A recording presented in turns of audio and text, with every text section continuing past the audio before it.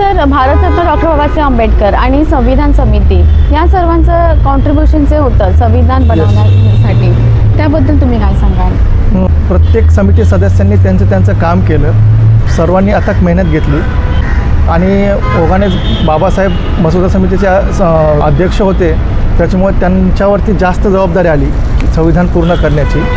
आणि हे पूर्ण करत असताना त्यांना बरेच विरोध पत्करावे लागले, चर्चा घडून आणल्या गेल्या आरक्षणाच्या संदर्भात किंवा इतर कलमांच्या संदर्भात बऱ्याचशा सदस्यांचे मतभेद होते. तरी यातून सगळ्यांनी मार्ग काढत हे एक सर्वसमावेशक संविधान आपल्याला दिलं, जे की आज 18 पगड जाती, विविध धर्म आणि असंख्य भाषा बोलणाऱ्या देशाला एकत्रित जोडून ठेवतो.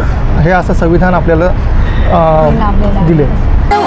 बापाचा बाप माझा भीमराव आंबेडकर.